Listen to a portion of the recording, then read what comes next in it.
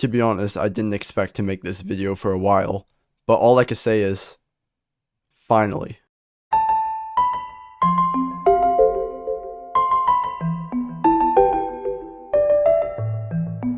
After over a year of feeling that Riot was on a downward decline for everything non-competitive. After slowly losing hope and coming to the conclusion that casual play will never be more than draft pick and the same rotating game modes that we see every 2 months. Riot Games have recently given us some information on some important updates coming soon that have made me and many others more excited for League of Legends' future than ever before. But to understand how we got to this point, we have to turn the clock back a bit. Try to relax your anus.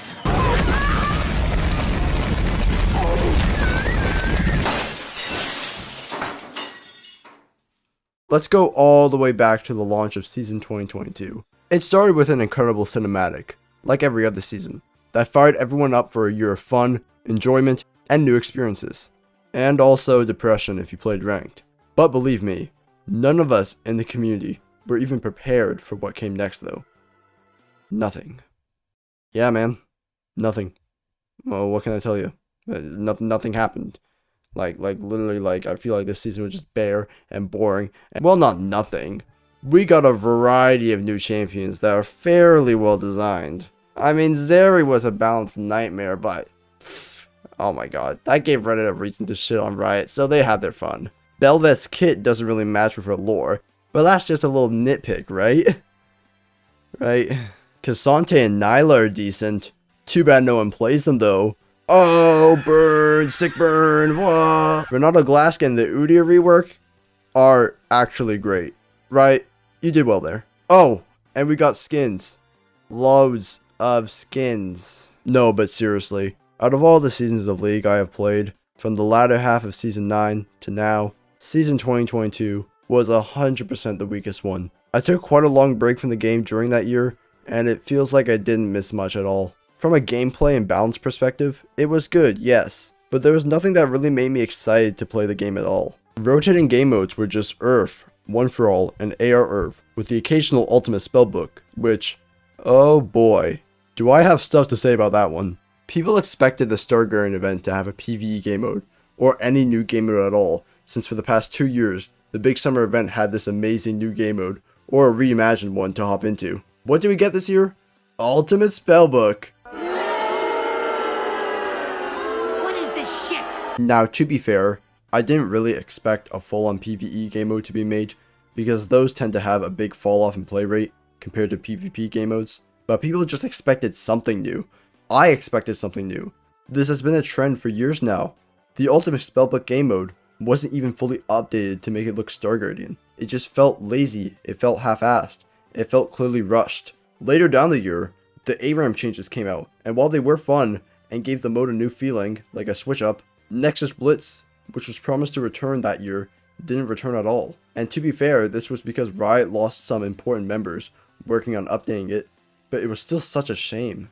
I think a semi-positive to this year was ARAM Clash. It was really fun, but it was also insanely buggy. Probably because it was the first time this clash has ever happened, and the high amount of players that wanted to hop on. The actual events were repetitive and boring throughout the whole year, going with the same collection capsules or battle passes, and choosing between URF and One For All. Nothing new was being done. This was also present in the big summer Stargarden event, which they redid the visual novel client once again.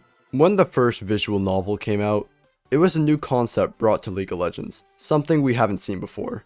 I didn't read it personally myself, but I get why people would. It gave you a new perspective with different champions being portrayed as Ionian spirits. The Sentinels of Light one, was it poorly written? Yes, absolutely. I think everyone with half a brain knows that. But people read it because it was canon to the League universe. It was a massive event in Runeterra, so many people gravitated towards reading it. Not only was it brought back for a 3rd time, but not many people cared for the lore of Stargarden, so the visual novel didn't really succeed at engagement. Like, how many people were actually on the edge of their seats reading the triumphant tales of Stargarden Rel? The worst part of the event was how buggy it was with event rewards. It got to the point where I got all the rewards for free from one apology mission, because they had countless problems with bugs. There were so many complaints about orbs missing and rewards not showing up on players' accounts. It makes me feel lucky that that I didn't spend money or grinded that event at all. So yeah, that was season 2022.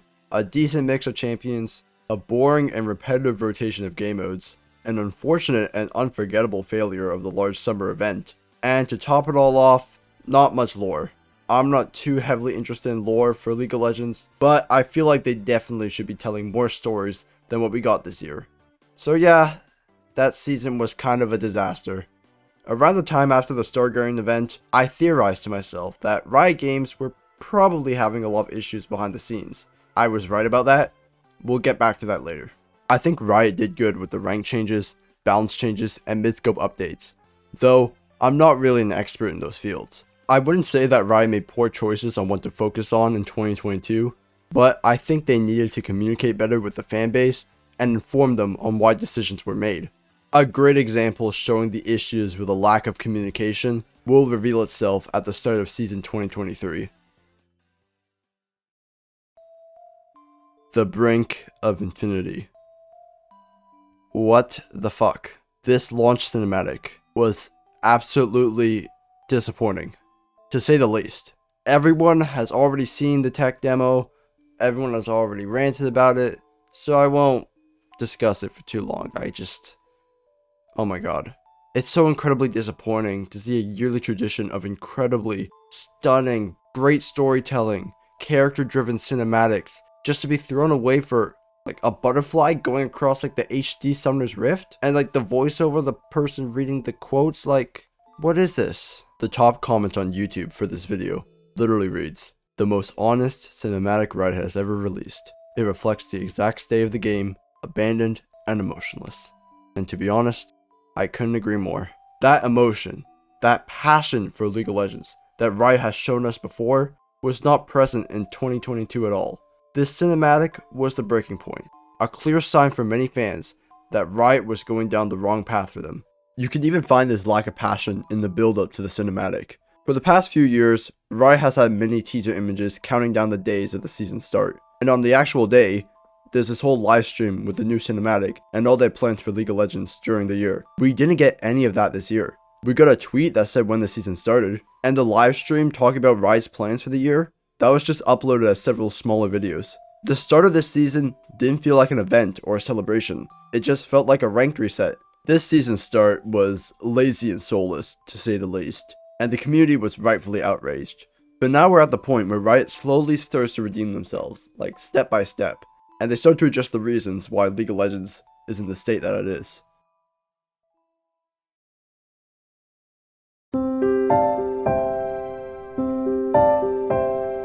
Now originally they started out with that standard corporate post apology that read, "We've launched a cinematic as a part of season start every year since 2018. And make no mistake, everyone on League knows how much you love them. So do we." It starts off very fake and weird, like we're being let off easy. Then you keep reading. "This year there were some unprecedented circumstances that had us choose an alternate approach to the season 2023 video. I knew there was something iffy behind the scenes. I win. Whoever thought otherwise lost. Give me my trophy now. Promote my account to Challenger. I deserve it. Let me shake hands with Faker. Give me Olaf Pool. Moving on with the post. But we've heard your feedback, and we want to acknowledge Brink of Infinity missed the mark for the action-packed, campaign-led trailer you expected and has led to further speculation about our investment in League. Honestly, we should have been more communicative, which might have helped with some of that feeling and speculation. We do believe that League has a bright future and we are investing in that, but we can do a better job of sharing those plans with you guys." I'm glad that this last specific piece was said, because for the past few years, Riot hasn't been the most communicative with fans. This statement showed that they are willing to change, and as the final slide stated, days later, we'd receive a full explanation of the cinematic and their plans for the future.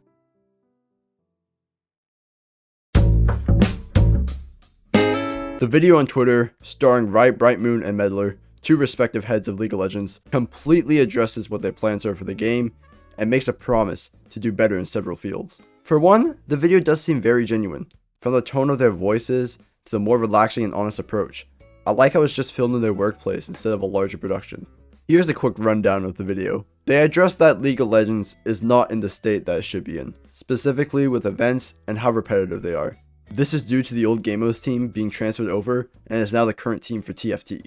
A new Game Modes team was slowly being rebuilt behind the scenes and is now in full function. They talked about how there's going to be a new game mode releasing this summer. This one will take place on a new map and will be a deathmatch against 4 teams of 2 across several rounds of chaos. This sounds really fun, and I'm glad that they're finally doing something different from a 5v5. Moving on to the cinematic, they explained that they had the budget and team for the cinematic, but they failed to deliver it on time. They regret not informing us about this beforehand and surprising us with this, that thing. I think a big final part about this video that doesn't really go addressed is how they've been consistently developing League's tech and servers for the long term. So there'll be a lot less server issues, client issues, regional issues over time, because they're constantly developing and upgrading all this tech behind the scenes. But I think what Meddler says at the end is my favorite part of this video. He said that they can only show their dedication of improving through actions and not words. Which, yeah, a lot of people say that, but it sounded genuinely believable from him. And they will still keep us updated with words through smaller, lower production videos, just to constantly discuss their plans with the community. In the replies of the Twitter video, they made a set of promises. Promising a cinematic in 2024, working on events and game modes to improve them, with the new Deathmatch 1 coming out this summer, long-term technical investments for League, and better communication with the fanbase. If you were to look at this as an apology video, this would be A or S tier out of all the apology videos on the internet. They acknowledged their mistakes and gave reasons behind it without using it as an excuse or a shield to hide behind. They addressed their solutions to the issue, and they understand that words can only do so much, and that their actions will be the real evidence of improvement. Was the start of this season disappointing? Absolutely. I'm sure no one disagrees with that. But it's Riot's honesty and clear dedication to improving and being more open that gives me hope for the future. And that future turned out to be a security breach which led to delayed updates, but that's been resolved already, so why talk about it now? Besides, weeks later they dropped their newest dev diary in video format. So let's give a quick rundown on that one.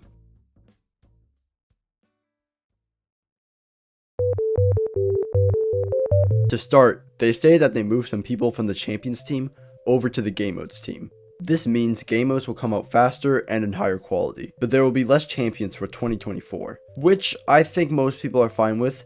I've been wanting new champions to slow down for a while to focus more on VGUs, and I was hoping they can get to a point where 1 or 2 come out each year, and although this doesn't help the rate of VGUs, we're getting game modes faster, so I'm not complaining.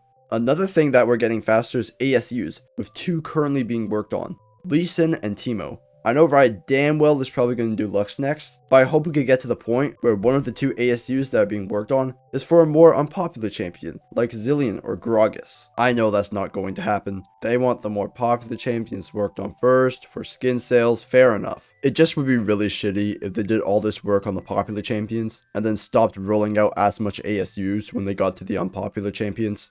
But yeah, Teemo and Lee Sin are great options for an ASU. And from the concept art, they're starting to look really promising. Lore is a big part of League of Legends that they have plans for, since going across several games to get it doesn't really make the best experience. Although they are in the early stages of it, they plan to provide a better lore experience and tell the story of Runeterra through a whole better lens. Some popular Wild Rift skins are also being ported over to PC League, starting with Redeemed Xayah and Rakan and Star Guardian Seraphine. I've heard some arguments that Wild Rift should keep their exclusive skins, but for one, there was nothing said about this not being a possibility, and for 2, if many people on PC League of Legends demanded it, it's going to make them money. It makes perfect sense for this to be happening. Continuing with Wild Rift, they plan to port over splash arts for older champion skins on PC, and they are also starting to completely redesign older splash arts themselves, starting with Rugged Garen. And he looks like Human Shrek. I'm sorry, he does. Literally, put the 2 images on the side. Post editing me. Put the 2 images on the side. They're literally the same person. Come on.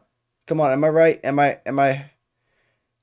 not looking at the images right now. I hope I'm right. I hope I'm right on this, please. The champion pricing is being updated, which should be out by the time you are watching this. They upgrade the cloud servers for less login queue times. Clash was delayed due to the security breach, but it's releasing now. ARAM Clash did so well and is coming back. Hopefully not as buggy and slow as last time. They're removing the Tower Rebel in ARAM since it was the only major negative part from the update. Finally, the Deathmatch game mode will play in a similar fashion to TFT Double Up, where you can get items over time to upgrade your champions and augments which can vastly change your kit. The scenarios they teased us involving these augments include Echo with 500 attack range, Silas who can cast Lissandra W every 5 seconds, and a self-destructing Kai'Sa that does major damage to the enemy team. This is going to be the best rotating game mode I have ever played. I am a huge fan of Nexus Blitz, but with the teams of 2 and the insane augments, this is definitely going to surpass it. The only downside is that since this game mode is getting so much work put into it, there will be no other rotating game modes until after the deathmatch one in the summer. And I'd say this is fine because we have gone the other game modes many times before already. We can wait a few months. So yeah,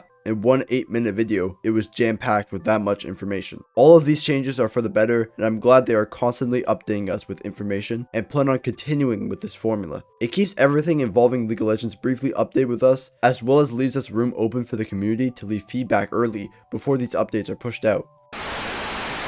Hey everyone, this is Future Shen reporting. There was a whole new also update video that dropped that I'm also going to cover since I didn't really cover it in my script. So let's just read through the summaries of it. So they're working on Rel's midscope update, they're working on Nico's midscope update, and they're working on Ivern's midscope update. All really cool. The Nico one, like the prop hunt one, that's going to be really exciting. They launched a dev blog for Skarner's VGU. Let me just pull that up right now. Yeah, Skarner's VGU. It has this whole dev vlog now. You can scroll down, see, read all about what they plan to do with Skarner. They're making him Ixtali and no longer Shuriman. They also are making his ult able to be grabbing 5 people. It's gonna be AoE, yeah. But it's also gonna be a shorter length, so I'm sure it'll be balanced. Hopefully. They're also bringing Star Guardian Senna and Orianna to League of Legends in July. And Star Guardian Seraphine will be with them. And then the other one, the Zion Rakan one, they'll be later down the line. They'll follow later this year, because they're legendary, I presume. They're bringing back Essence Emporium sometime in the middle of the year with new tech improvements. They're replacing blind pick with quick play, which is basically like you pick a champion and then you pick your role and you're guaranteed to get one of them in game. And there's no like champ select at all. It's just meant to like you just quickly pick what you want and then you can hop into game. And they're going to be starting to test that soon. And then there's the whole 64-bit to 32-bit thing, but that doesn't really matter. Who plays on 32-bit anyways? So yeah, that's all. I'm gonna go back to the past Shen because I'm no longer needed here. Goodbye, guys. It is clear that Riot has many plans to improve and that they're starting to listen to the community more, and that they have a focus for the longevity and fun that League of Legends brought and still brings to a lot of players. But Riot isn't the only part of League of Legends that needs to improve. Everyone, I'd like to introduce you to the community. Oh, you stink! This community makes me so sad. I think everyone knows about the toxicity problem in League games, but that's not what I'm talking about here. I wouldn't call this group a vocal minority either because I see so many of them like this. There are a fair amount of people in this community, specifically on Reddit and Twitter probably, that just complain constantly about the game. To put them in a third person term, let's call them bread gobblers. With that, a positive change to game modes are revealed. Boom! Bread gobblers complain about something irrelevant to game modes. Yuumi is getting reworked. Boom! Bread gobblers believe that they are better designers than the balance team and call the changes shit. Harassing writers for a decision that executives made. Bread gobblers getting personally upset at the game for normal occurrences like a bug. Ding ding. Bread gobblers getting upset at Riot for not making the changes that they want that is quite obviously not in their priority, nor do they have the resources for it. You guessed it, bread gobblers guys. I'm not saying you can't complain about the game. You absolutely can, and it should be for a fair reason. Take Zion Rakan for example. Their recalls on skins just got removed. They don't plan on doing it anymore. I didn't really care about it too much, but I understand why people are upset about it. It was a valid complaint, especially because Riot broke a promise. Criticism for a game is needed, it's valued, and it's taken into consideration. But complaining just for the sake of complaining is not. It seems like people just constantly hate on League of Legends because it's the thing to do. But then these same people will queue up for ranked 15 times each day and lose their minds. Riot will listen to the fans that give constructive feedback and show their genuine concern for the game, not the people who will get personally angry about every little thing that goes wrong and exaggerate everything to the max. So my fellow viewers, if you know a bread gobbler, try to get them to change their outlook on League and maybe their life as a whole.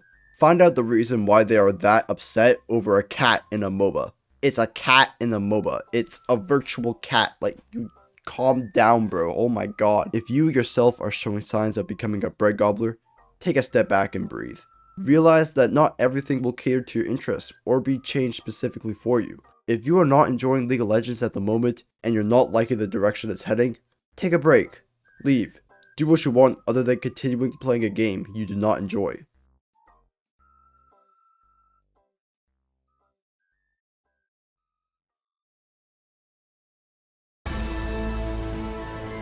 I am enjoying League of Legends right now. Draft mode with my friends is really fun. But like previously for myself, draft games will only be fun for so long. If Riot sticks to these promises and changes for the future, more ASUs, more game modes, changes to events to make them more unique, this will all be so incredible. With Riot Forge continuing to release new games as well, I don't think I'll be bored of League or its universe for quite some time. This will be a very personal summer for me. It's the summer right after I graduate high school. All of my friends, myself, are all transitioning into adults. One last great League of Legends event where we all can play together is all I can ask for. I hope Riot lives up to their promises. If so, this will be the next Spirit Blossom event. Just an incredibly well put together experience that becomes my gaming highlight of the summer, with such passion, care, and detail put into it. This is the most excited I've ever been for the future of League of Legends, and I am so happy to say that.